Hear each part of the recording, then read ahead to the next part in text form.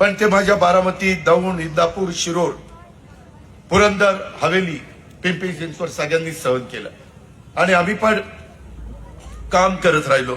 आज मित्रांनो, ह्या निवडणुकीच्या निमित्तानं मी आपल्या पुढे येत असताना मला अनेक जण, इंद्रजित माझ्याबरोबर गाडीत होता, आमचे रमेश अप्पा बरोबर होते.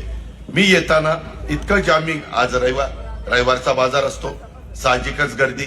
कदाचित आज सभेच्या निमित्तानं देखील बाबा ही अजित पवार काय बोलतोय, काय सांगतोय, खरं सांगतोय का आणखीन लबाडाचं काही सांगतोय, असं ऐकायला पण काही आले असतील. मी शब्दाचा पक्का आहे, मी खरं बोलणारा कार्यकर्ता आहे. एखादी चूक झाली तर मी लगेच माफ सरळ सांगतो की माझी चूक झाली. परवा मी असंच म्हणलं, माझं बारामती शहर बघा किती सुंदर आहे, स्वच्छ आहे, चांगलं आहे, नीटनेटकं आहे, आणि सर पुढाऱ्यांची शहर बघा तो लव यू टू